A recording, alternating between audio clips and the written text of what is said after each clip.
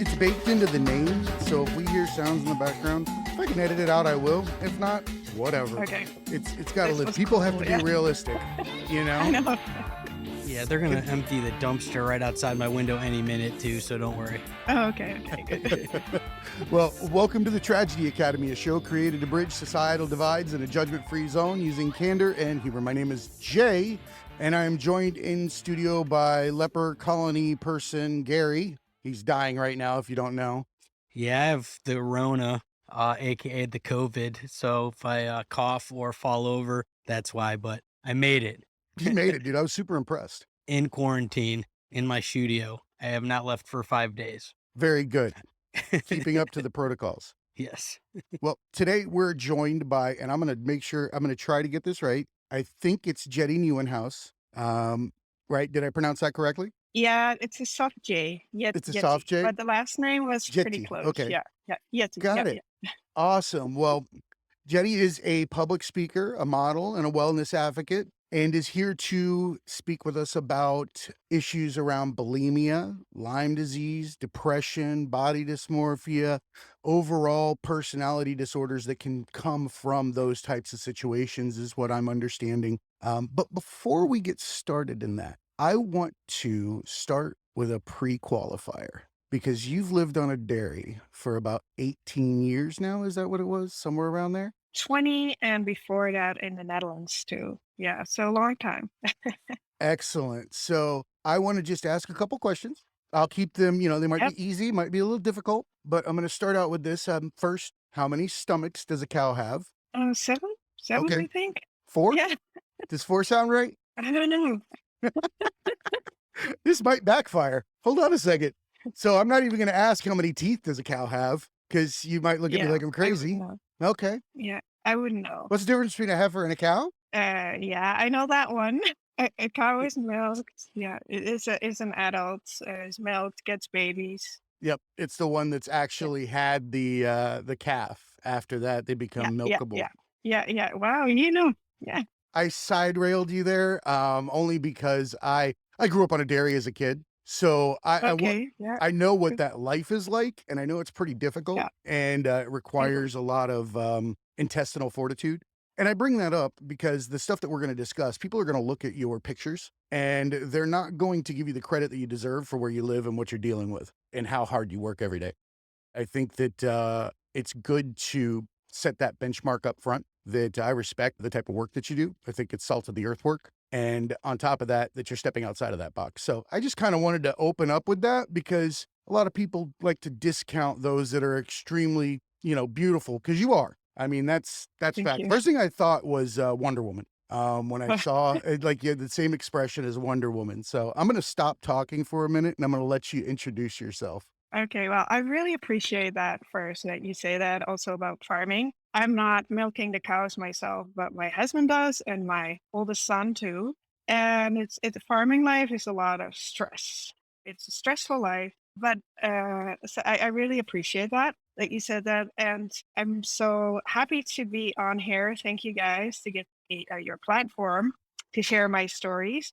And I'm Jetty Nieuwenhuis, which is very hard to pronounce. That's why I usually go as a speaker and model by TRUJETTY, because it's just easier, right? And I speak my truth always. I have no secrets. And I think transparency and authenticity is very important today and on social media. When I entered social media, I was impacted by, the six pack abs and perfect lives. And, my life has turned out pretty okay now, but there are always things and problems and days that you don't feel good. And that's what I share. And that's what other people need to see and know. I think that's an excellent message to have, and a contrast in your career and lifestyles. Because on one hand, you're the CEO of TRUJETTY, public speaker and advocating for these things, and on the other hand, you are working on a farm.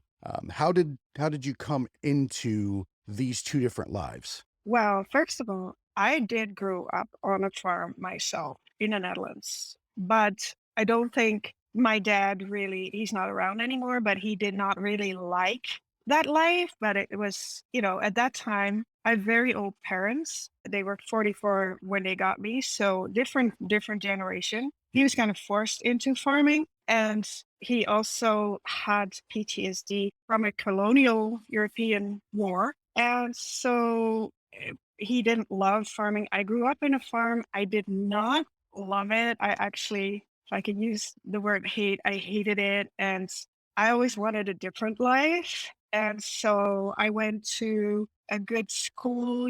I had always people in front of me that I was like, okay, that's how I wanna live life, or I wanna better myself. But then I met a guy in a bar, in a round bar actually.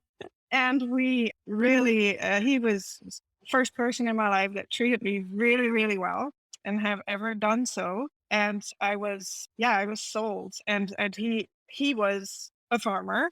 And basically the first thing we said to each other, because I had studied law in Amsterdam, but I dropped out. But the first thing we said was, okay, I'm not going to be typical farm wife. And he said, well, I'm not gonna do anything else than farming. I love I love farming. And that's how and then he had a pretty modern farm, modern parents, and that's how I rolled into it. I'm gonna date Yeah. myself really bad, but this just reeks of Green Acres. Like some opposites Yeah. attract kind of thing. But I feel like there's a lot of destiny involved here because growing up on a dairy in the Netherlands, you have to understand the struggles that come with the cyclical Mhm. nature of raising bovines and dairy cows with milking issues, and do we have enough to sustain our income over this period of time? If we lose X or if you have to purchase X. A lot of people don't understand the intricacies of the small dairy farm and what it takes to keep it thriving. I grew up next to a Dairy Queen. Yeah, I love that one It too. was nice. I love that. I love the ice cream. Yeah.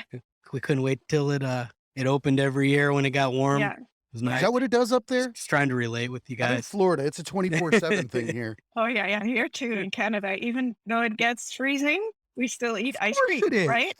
It's Canada. Yeah. I Yeah. can't imagine not having a smile on my face and eating ice cream or something like that in Canada. Like I know. there's nothing there's no reason to be upset. It should come with Well, ice cream, yeah, yeah, absolutely. and it's good for Yeah. your business. People are happy Yeah, in yeah. Canada. There's something Yeah. to be said about that. I think that when you're in that environment of people that have a mutually happy demeanor or understanding or empathetic personality, it's kind of like a pot of water. I think I've used this analogy a lot of boiling water in other places. So, say like Florida. You can take somebody from Canada and drop them into Florida, and it won't be long before they start boiling like the rest of the water. And then vice versa, when you visit Canada, you can feel almost a sigh of relief for the lack of judgment and the open-mindedness of anybody and everybody. When you walk through, you feel like you're welcomed. And I think that there's a lot to be said about that. It's that whole do unto others thing. I was thinking about that this morning. And I don't think that means just kind acts and things like that. I think it's how you approach people. If you approach people with openness, they're going to return it no matter where they're from, unless they're really trying to hide something. And I feel like Canada embraces that, that if you welcome people, they'll welcome you. Yeah, I heard you say something funny about Canadians in one of your other shows too. Oh, did I? They're super nice and weird. And I was like, yeah, kinda. We are, but we're such a multicultural pot of people. And I and love that. yeah, it turned out good. And indeed, when you want to cross the street, people stop for you. When you're, for example, in Europe or New York, even when you walk on a sidewalk, you get run over. And people are just, when I moved here, that was the kindness, and I was like, what is this? Like, yeah, it was kind of overwhelming, yeah. But Well, we have problems like any other country these days. of course, but that had to be Yeah, a shock considering that you come from a Dutch background, German area. It's a different personality. It's it is. very hands off rearing and it seems like this everything's guarded constantly. it was always, I don't want to say cold. I'm trying to dance around certain Yeah. words because it's not. Ooh. It's a different manner of interacting with people. The love is implied, kind of. I feel like in those areas, and I can see how it would be different to have people openly approaching you with their kindness versus it being like a virtue in the background of the other culture. Is that kind of where we're Oh, heading? it's yeah, it's amazing that you say that because I was actually this May I was in Berlin and my boy turned 21, so I took him. It was kind of for his birthday, and I felt uh, I don't know. I felt this secrecy. It Mm. almost gave me anxiety. That whole feeling of the whole country. I cannot bring it into words, but I felt when I landed in Canada again, I was a relief. And I was also in the Netherlands, and it's very criminal. You know, people. We were traveling by train, and people are hopping on the train to try to steal your luggage. That's their jobs, and I know that because I grew up there. But like American tourists, they don't know that, and they are the target, and or other Canadian or whatever tourists. But it's just sick. Right? It's and then I was landing in Calgary and I was like, "Oh, I can leave my suitcase here and walk over there, nowhere." You know, it was but that feeling, yeah, it was a weird feeling. It's like an energetic illness when you land in a Yes, place it that is has that. energetic.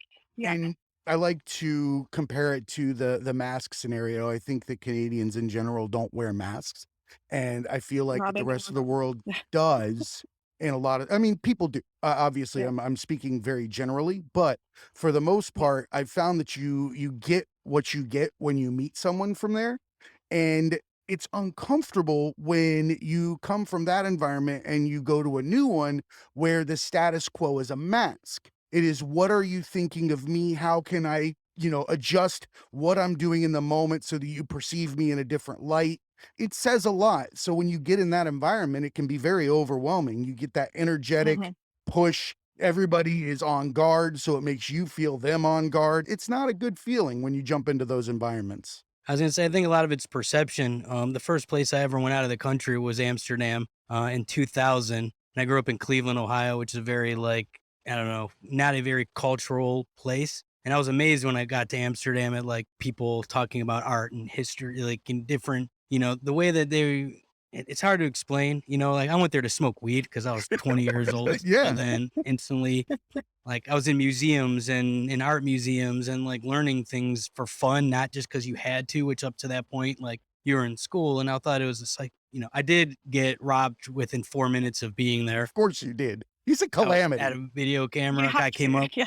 Yeah, yeah, I'm from the hood, and my mom told me that she read all this stuff on the internet, which wasn't even a thing in 2000, really, the internet, but about getting, one of those belts. I'm like, "I don't no one's gonna rob A me in fanny Europe." pack.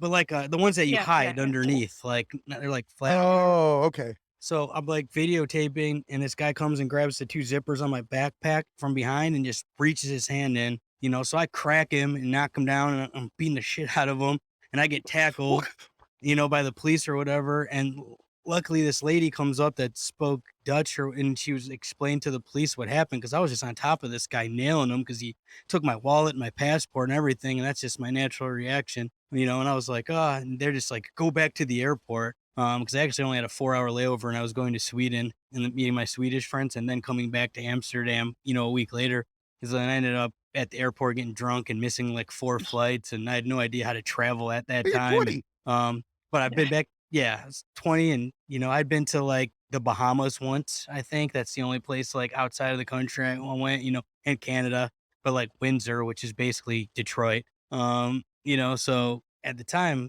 Amsterdam was this crazy place, and I've been back a bunch of times since, and I think it's just, like, perception of, where you're from, and, when I go to Canada, I've been in some rough parts of Toronto before, and they seem like the hood in New York, and then I've been to, like, Edmonton and places like that that seem like the cleanest, most nice, safe place that you've ever been, and, like, I could lay $1,000 on the ground, walk in and get something to eat and come Yeah. back, and it would just still be sitting there, you know? It's almost like 2 realities, and Mhm. it all takes the background of the person before they set foot on the land that they're standing in, because I could stand in the same place as you and say we're in Toronto, and you're looking at all the things that are hood related, in that particular scenario. Whereas I grew up in a dairy in the middle of nowhere, and I'm looking at the buildings. I'm looking at, wow, they have like a sign over here that actually talks about this. This is super cool.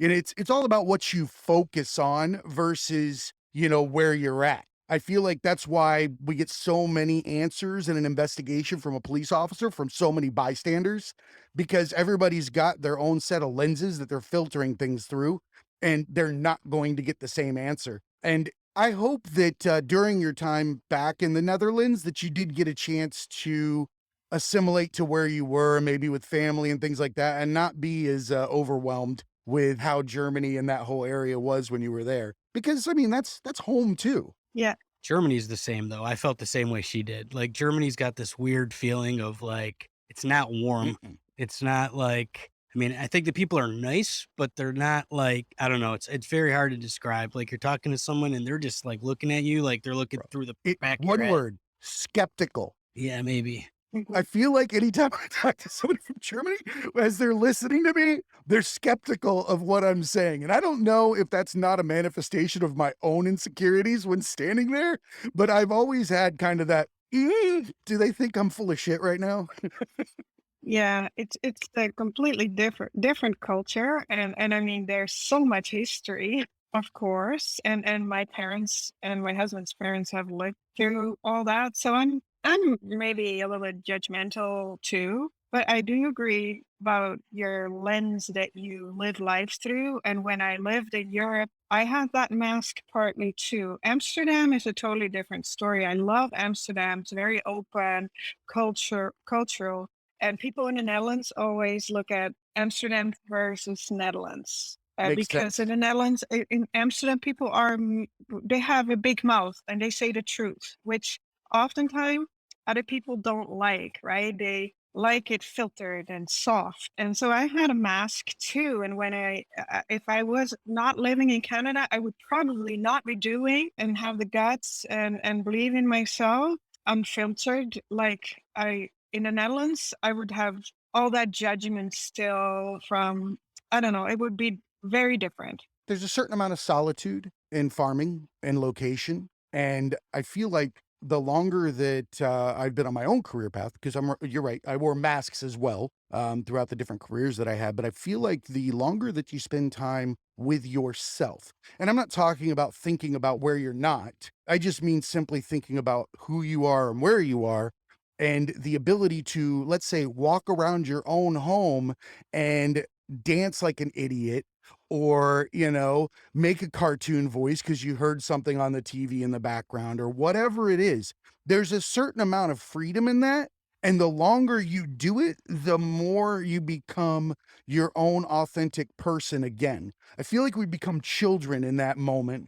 I loved a lot of the things that you have on your website and your speech and things like that, the your speaking, sorry, in that it seems to be centered around a lot of authenticity, right? In that my philosophy is you're born one way, and to be anything other than that is a slap in the face of whomever or whatever created you. And I want to ask, that authenticity is missing, I feel like, a lot in the social media influencer Mhm. world. And you are, in fact, an influencer, and a very good one. How do you find yourself navigating the inauthenticity when you have the message that you have? Well, I call myself the rebel influencer. I love I that. have a little bit of trouble with the word influencer. I've thought about how can I change that maybe, but because I'm sort of an educator and I happen to love fashion and beauty, and I always have.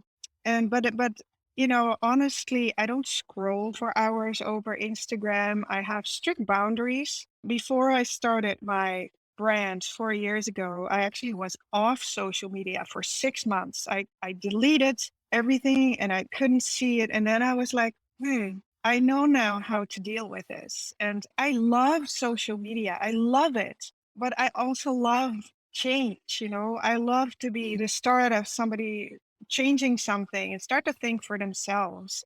So I don't scroll over Instagram. I only follow people that are like-minded and are supporting me, and I'm supporting them.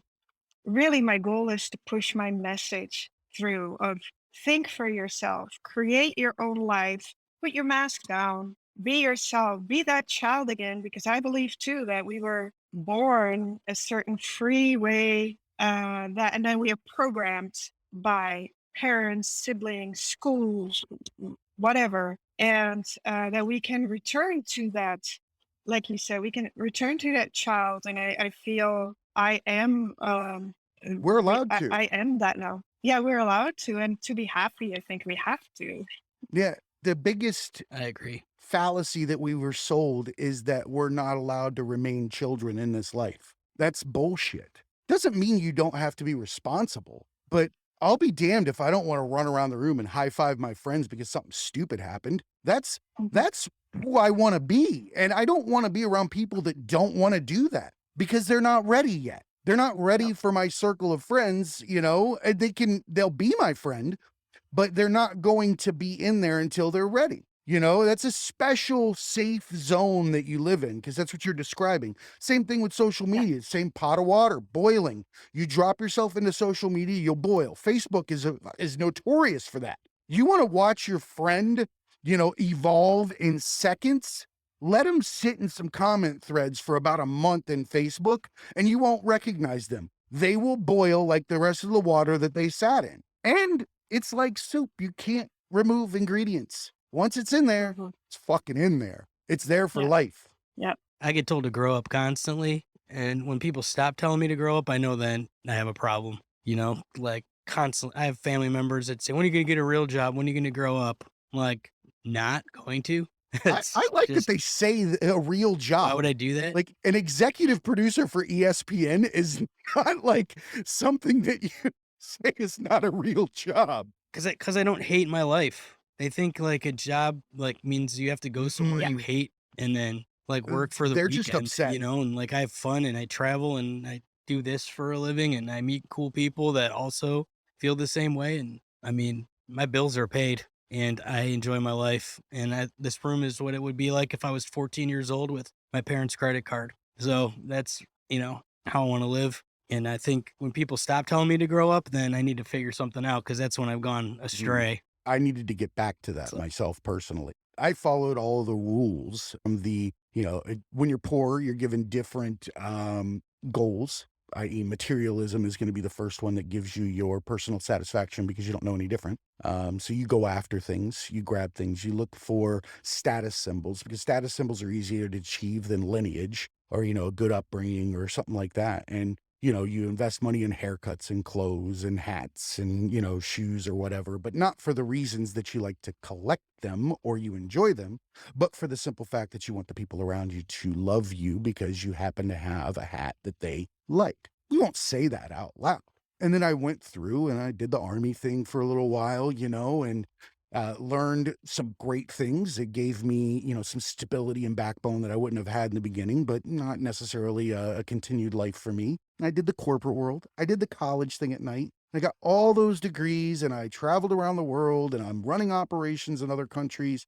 And I hated every single moment of my life. On paper, I did it. I left a house with no refrigerator half the time, or, the front door was boarded shut.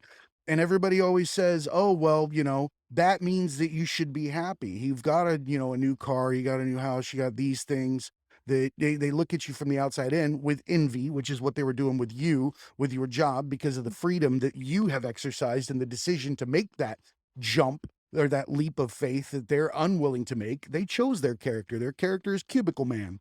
And Cubicle Man hates everybody that's not Cubicle Man. That's just how it works. And you're not going to be happy by taking on all those masks and all those roles that you've been sold, those fallacies that say you can't be a kid anymore. You just won't. And until I realized that, I couldn't even begin to start the journey that I'm on.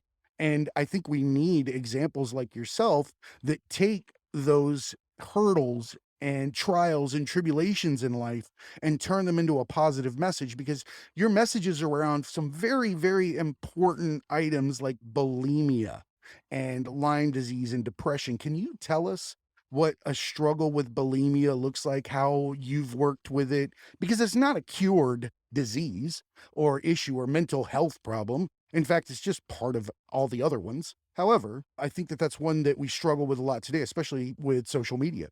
Yeah, at the root of it was body dysmorphia. I believed somehow as a 7-year-old child that I was big, and I wasn't. When I look at pictures, I'm a skinny kid, but I had older siblings, and they were always talking about diets and big hips and genetics, and so I believed that. And then at 18, the bulimia started because it was stressful. I think the reason was my best friend moved to Amsterdam already a year before me. And so I felt abandoned, which I had been before in my life, like an abandonment trauma, however you want to call it. So that started it, and it kind of lingered on until I was 40 in periods, though, stressful periods. Even moving to Canada brought me back to that pattern of dieting and then starting to binge eat and then purge. And until I was 40, and then I still struggled with binge eating because I always felt like it's so everywhere. You can't eat this, you can't eat meat, you can't eat gluten, you can't eat grains. All that is everywhere all the time. So I believe that. And now finally I'm free and not I live pretty healthy, but I eat ice cream and pizza and I drink wine.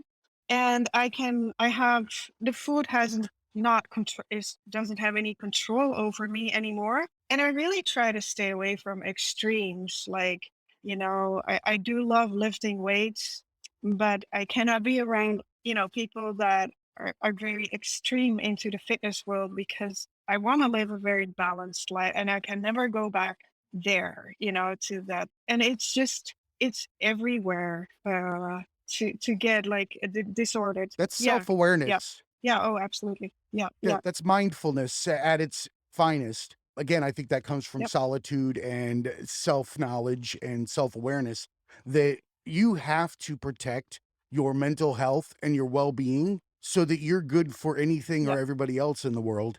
And that includes not putting yourself in those pots of water like you're describing, because it will wreak havoc on you. And as you start to love yourself more, you start to give yourself the respect it deserves for these situations by not attending, by not being there, by not allowing it.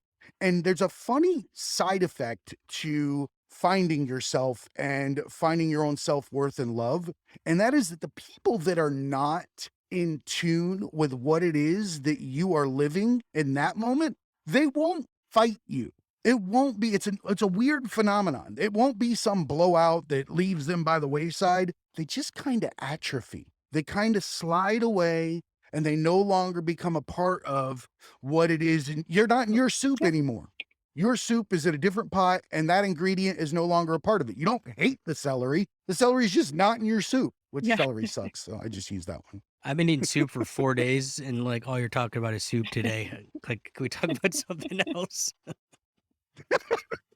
No, now and see, that was a fatal flaw right there. Why would you tell me you don't want to talk about soup? We've talked about Because boiling that's water and all I'll soup talk like about now. 43 times. If I was playing the soup drinking game right now, I'd be dead. COVID's no joke. We had it last month during that big.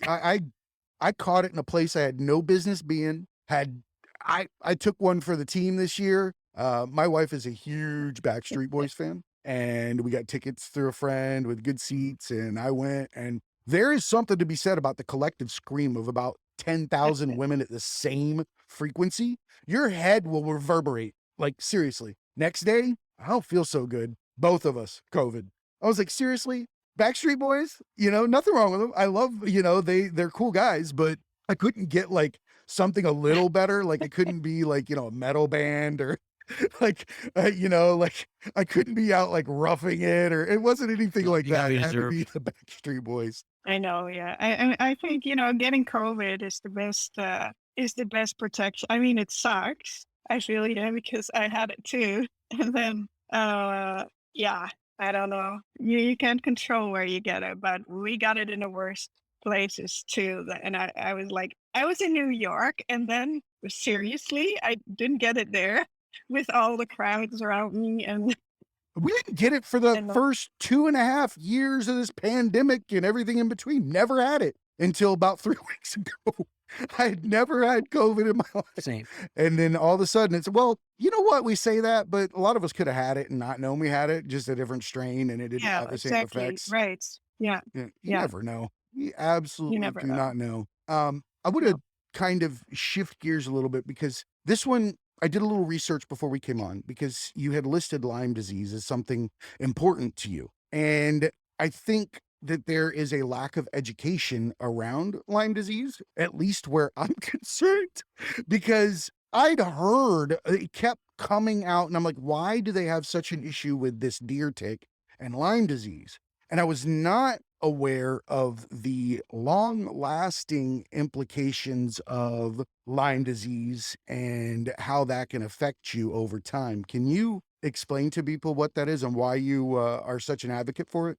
Well, first of all, it's very underestimated. Like where I live now, medical doctors do acknowledge the disease, but some doctors don't. And I know that the doctors in the Netherlands acknowledge it as a real disease too. But yeah, you get it from tick bites, and you need antibiotics. And here in the area where I live, that's how I got it. But some people won't believe it, but that's the truth. And I had a bullseye rash from my tick bite, so a mark, but I had no idea what Lyme disease was, that I had even a tick. I didn't take it out, but I had that mark for a couple of weeks. And so it was a long journey of different diagnoses. And then eventually in 2017, I got the final diagnosis, and it changed my life too, because I had already treated several things like chronic fatigue syndrome, fibromyalgia. I had all those symptoms, insomnia, digestive issues. And that's when I also started mental healing, like what you said, shedding people, not being around certain people anymore, finding myself, being alone with myself, having not really any good friend here in Canada, really. I needed the aloneness, Mhm. but I was involved with an organization for Lyme disease. I was in the board here. And when COVID started, that all fell apart. All of a sudden, there was no, sad, they're very sick people, Mm. and they're not acknowledged. And I think that can be said about other illnesses too, right? But yeah, it's a worldwide problem. It seems that way, and I mean, deer are native to the entire continent, so why would we assume that you can't get it anywhere? And then it mimics some of the most heinous mental illnesses that we have, diagnoses for, which I don't know. I kind of live in the mindset that I believe that reality is a mental illness, but that's a whole different conversation. That said, it's got to feel so stifling to go into a doctor's office and not be heard when Hmm. you're talking about mental health issues as it relates to a non, environmental or growing up factor or something like that. When you're saying, I got bit and have bipolar, people don't like to hear that. It makes them very scared as to whether or not they could be that way. And it's easier to push it away and say it doesn't exist than it is to let yourself live with the caution that there's a chance that you could get bit like, like Spider-Man, but not end up like Spider-Man. Hmm. So people don't believe Lyme disease exists? I'm totally in the dark on this.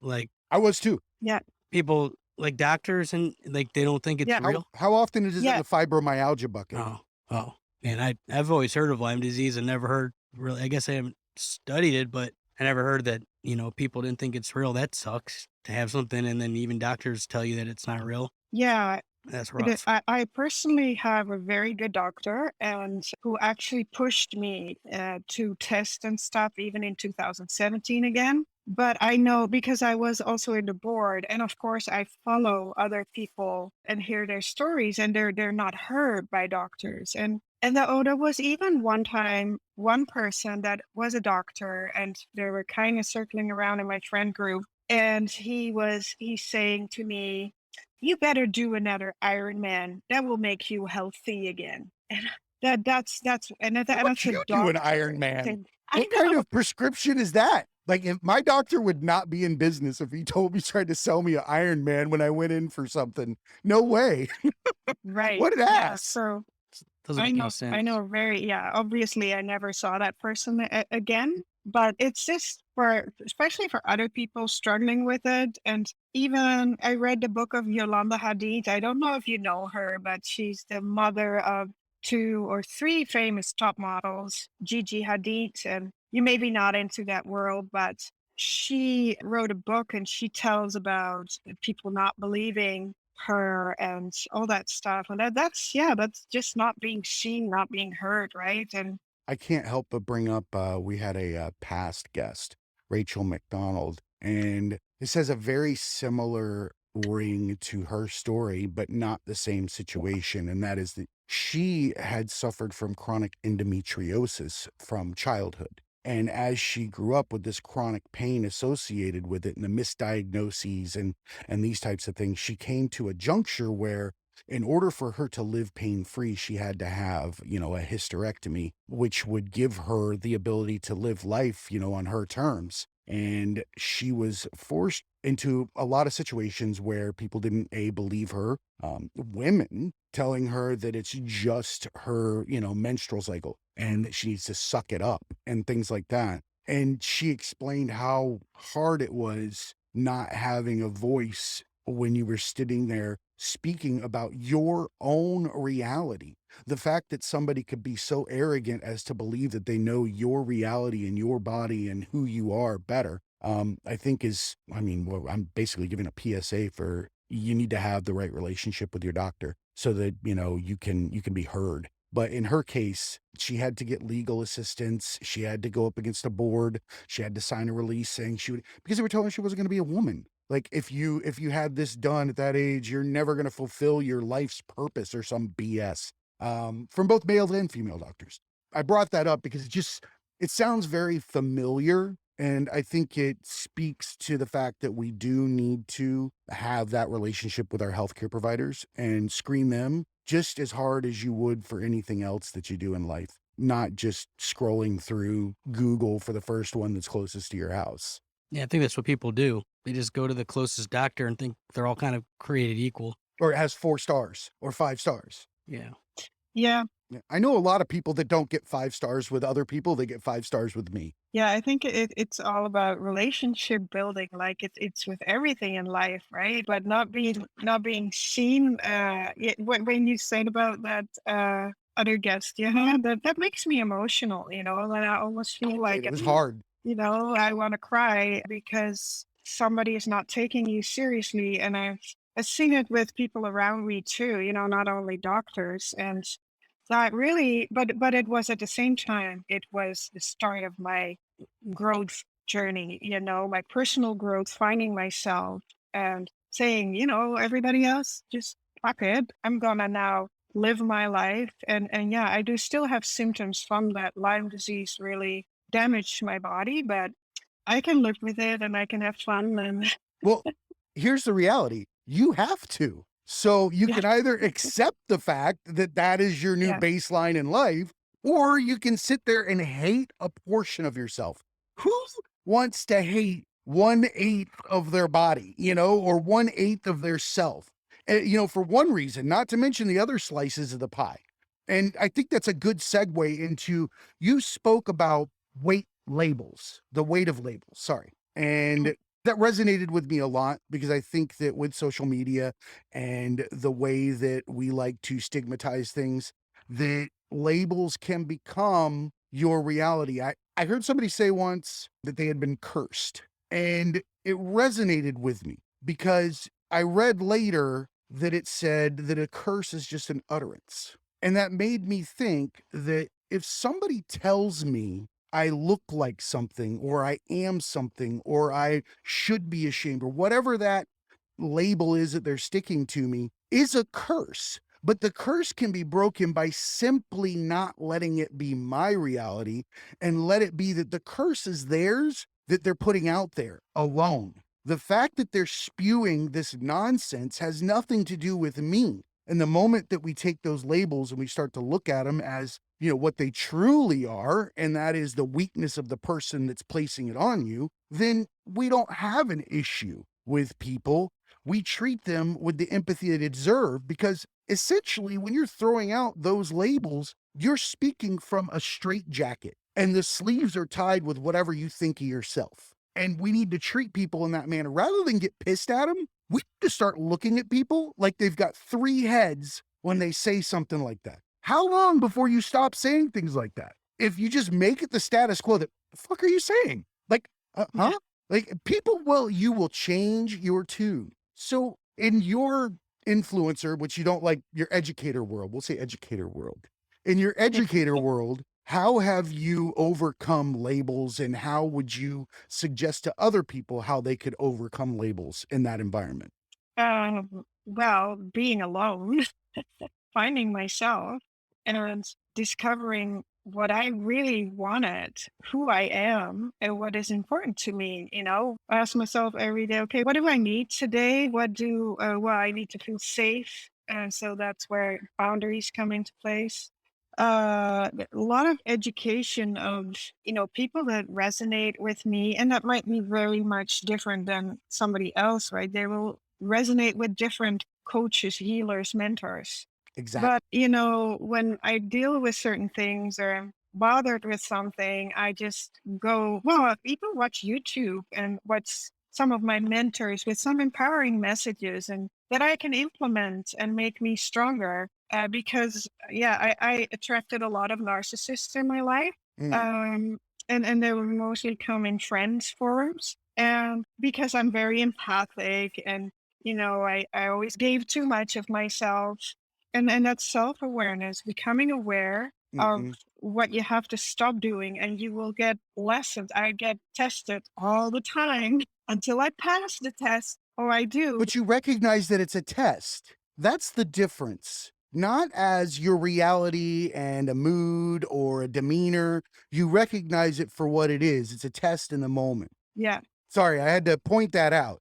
And I put, yeah, yeah, okay, thank you. Yeah, and I see it as a strength. I'm not like, well, in a moment, I'm like, really? Like, F it. Like, but I'm not like, this is happening to me. No, this is happening for me to get to Mhm. the next level and to become stronger. And I usually write it down. I'm not really a journaler, or like, oh, you have to meditate, you have to do this, this, this. No, but I do write certain things down. That is meditation, by the way. That's meditation. Writing things down is meditation. There's so many different forms. Gary and I talk about There's this. so many different forms. There really Yeah, is. I mean, there's yeah, documented forms. There's walking meditation that focuses on yeah. movements. There's, Tai Chi, there's sports. There's, if you're boxing and you're hitting a heavy bag and you're mindful in that That's my moment, sort of you're meditation. meditating. Everybody's got their own form. So I'd give Yeah. yourself the credit for the meditation. Give yourself like one little tick mark up there. You're Okay. meditating. Okay. Okay. So yeah, I think it's important for somebody to find what resonates with them and just go really slow and be gentle and also understand that it's an ongoing thing. You will never be on the other side. You're here now and you grow hopefully every day a little. And the hardest part for me always is enjoying now, and not looking for that big trophy that's there, and just to focus on now and on how far you've come. And those can be the littlest, smallest thing that can be the biggest victory that you have to celebrate and embrace and stand up tall with all your scars and be proud. Look at it. Hey, this is me and I'm strong because of it. I love that, make now your trophy versus something that you're Yeah. looking for. If you treat now like your trophy, because it is, it's funny. There's no such thing as the future and there's no such thing as the past. And we're only living in the now, yet we deify and glorify something that doesn't exist yet. And we don't look around, like you said, we have a trouble taking in our surroundings and being grateful. That was one of the biggest things for me, was recognizing that I was not being grateful in life, that I was not giving things the credit for what they were in my existence. That's friends, that's family, and that's also the most minuscule things on the planet. I found myself standing in the shower one day looking at a piece of tile, and it was like in a shell shape. And I tried to think about it for a moment. This is, during my beginning points of trying to become mindful and and trying to practice gratitude and things like that. And gave myself a story behind that, that somebody, spent time learning how to work with concrete, that learned how to put together designs, that made that one that day. That was the one that his boss chose. That was the one that he got a raise for. That was the one that his wife and himself were able to have the kid that they've been waiting to have because now they had extra money. And that's so much that you can't not be grateful. You shouldn't, if you look at the infinitesimal items and give them the credit they're deserved of, you wouldn't be ungrateful for now. And I just try to recognize that and be grateful for the fact that we have so much in our lives to be grateful for. The journey's everything. People love a good road trip. If you just snap your fingers and beat to where you're going, that's not fun. Like the journey's everything. If I win a bunch of Emmys one day, I've been nominated for one, I haven't won one. I wouldn't want to just win that shit and have never worked my way through 22 years and the experiences and working with great people and fucking up and fixing it and trying harder and telling different stories. I wouldn't want to just somebody give me an Emmy award, and it's not even the award, the award will be a culmination of all the things that I've done to get there. It's been in the shit with my friends for 18-hour days and trying to pull something together, and the camera's broken and the audio's not working, and that we don't have any lights and we got to figure it out, and the power's out. So we got to run it off a car battery. And, like that's the shit that I'll remember, not just like standing up there in some stupid suit that I hate getting an But award. that's the shot you Yeah. feel when you're watching something. I firmly believe that the one that you put the most intensity into, the most effort into creating, the one that you love the most, no matter how minuscule that shot might be within all of it, I truly believe that you feel the emotion behind the person that created it. That's why art stands the test of time. It's the most mindful moments are the ones that resonate with us, despite whether or not the person is there for us to enjoy it together with them. The Mona Lisa. Yes. You can only paint it once, and it will always resonate with everybody that stands in front of it, whether they like it or not. Even if they're making Yeah. fun of it, we still It's know true. what it The is. Kurt Cobain's, the Bob Marley's, the Amy Winehouse's, you name it. They didn't have two Yep. parents that were accountants, and they didn't go to a good college and then, marry their high school sweetheart and hunky dory at the white picket fence. Tell me the great artists of all time that had that story where nothing ever happened to them, nothing bad. They never overcame anything. There was never a struggle. I can't remember one time I've heard that story. Maybe they exist, but the shit that matters is like overcame, got through it, influenced others, were influenced by others, and paid it forward. I think that's the beauty of life. And like you said about the scars, I have scars on my face, on my knuckles, on my heart, you name it. But those scars, those were the stories that got me to, where it is that I am. I'm nowhere near where I want to be, and I'm going to have a lot of more, scars till I get there. But those come from trying. If you don't jump off something, then you don't know if you're going to land it right or not. You're not going to get any scars. But you Yeah. jump. And the hate that you get from other people is their fear of the Yeah. jump. It's easier to make fun of you for jumping than it is to jump yourself. So I say it all the time. I push people in the pool all the time. They might hate me for it. You do, You know, man. I love it. I'll jump in and grab you if you start drowning, but I'm gonna let you try to swim first. If I feel, sometimes it's not my business to do so, and I get in shit for that too. But if I feel like somebody really is just on the edge and That's there's wisdom. something great that could happen, but they just don't have the guts to do it, I'll kick their ass in there and see what happens. And more times than not, it works out. So that's my Because it's lack of self-confidence in these situations. You're very good at recognizing the talent and the potential in people that they don't recognize in themselves, and you give them that key. Yours is just very abrupt. it's just Kick them right in the pool. But I get exactly the what you're fears saying. And there's a worse. talent to that. There's a reason why you're Emmy nominated. It's because you recognize people and situations, you put together good productions. There's a lot to be said Getting about punched in that. the face isn't that bad, but until you get punched in the face once, that fear of getting punched in the face is crippling, right? Like then you get cracked, it heals up, and you feel fine the next day, right? But that sitting there at 3 o'clock and bell's gonna tick, and you got to fight someone for the first time, you're shitting your pants. And then you get through it, and it's fine. So and I've just seen so many people get punched in the face. That's everything. So I know it'll be fine. They don't know all the time, and The key is to get through yeah. it. The key is to get through it. That's that rope analogy where as you go through experiences in life, you got a choice. You can either tie them in a knot or you can move on forward and live through it, right? And the more that you don't live through, the more knots you get in your rope. And what happens to a rope full of knots? Can't do shit. It's just a big pile of knots. And until you sit your ass down and untie your knots, you're not going to be functional. It's just the way it is. That's the only way I can simplify that, And soup. is you have to have those Something about experiences. soup too. Some knots take longer to untie. And What's something that? about soup too, right? Yeah, and soup. Don't tangle your rope in the soup. Never dip your rope in the soup. I have a question. How did you end up in Canada from the Netherlands? Well, it apparently was a secret childhood dream of my husband to farm in Canada. So it started as a vacation, like a road trip from Nice. Vancouver to Calgary. And oh, I loved the mountains and we loved Canada. But I said to my husband, don't think after this trip that we're going to move there because a lot of Dutch farmers live here. I was like, don't think I'm moving. But when I was here, I've sold. And we listened to Three Doors Down. We had one tape in our car, and it was just out then. And Tracy Chapman, and that music that's still, Oh, I love Tracy oh, Chapman. she's fantastic. And my husband never heard of her, but then he loved it too. And that's the first memories, and that's how we ended up here. That's beautiful. Thank you. Now I'm a little emotional. I can feel that. It sounds like you found your home at Yeah. the same time Yeah, together. we did. And that's hard to find depending on where you come from, whether it's an unstable environment or a different country. When we venture away from where we come from, it's very hard to find our home. But once we realize that our home is wherever we are and who we surround ourselves with, then, we can truly feel at peace where we are. Tracy Chapman, Yeah. Cleveland, Ohio. Just gonna put that out there. Okay. Oh, is she? She's from Cleveland? Okay. Awesome. I don't doubt it. She's got a lot of soul. Mhm. She's got a lot of grit. I love her. Mhm. Love Yep. her. Well, I could sit here and talk to you forever, Yeti. I really could. But I think that this is probably a good place to Please do. pause. You're welcome to come back Okay. anytime. I've had a fabulous Yeah. time talking with you. You're very peaceful. I feel like you're like a walking Zoloft. I feel calm now.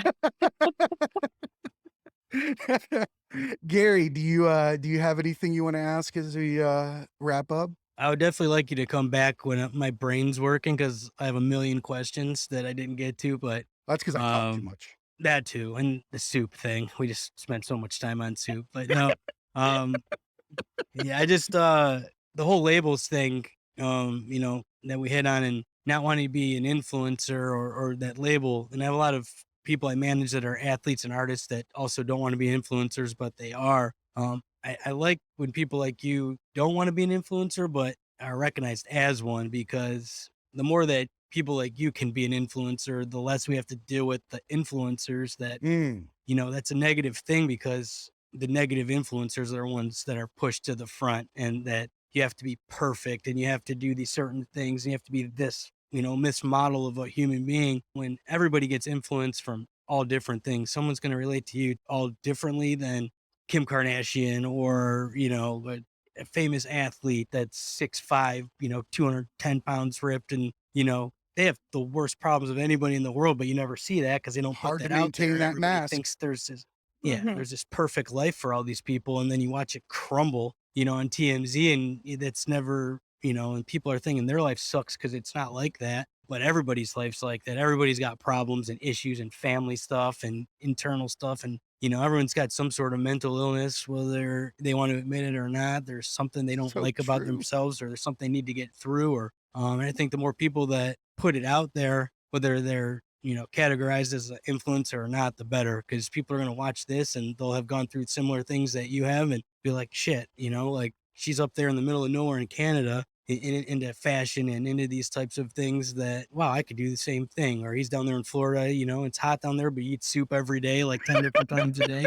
It's like, we all have Soup? Okay, I grew audience. up poor, man. Soup is cheap. I had a lot of soup Yeah, as a it's- kid. And once you put stuff in there, you can't get it out, or something. You love in it. boiling water. But He's the more bitter. the better, He's bitter people because like he hasn't you out slept in there. days. He's sending text I have messages so much from the soup. bathtub. He's There's so much soup.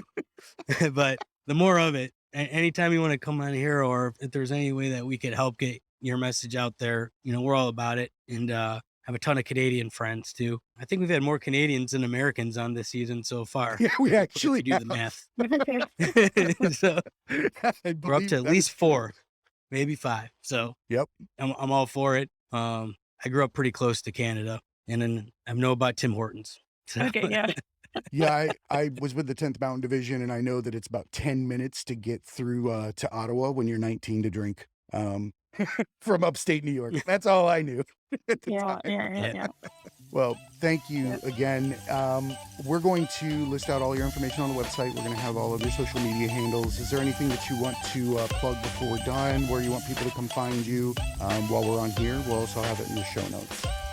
Yeah, just hop over on Instagram. I'm mostly there, and I would love to come back. This was a great talk, and I feel we're very aligned. You can put all different labels on us, but we speak the same language, and that's all that matters, right? 100%. I agree. 100%. Well, thank you so So much. thank you so much. I appreciate you, Thank you. Gary. I appreciate you as well, my brother. And remember, everybody, Thank you both. be cool and keep learning.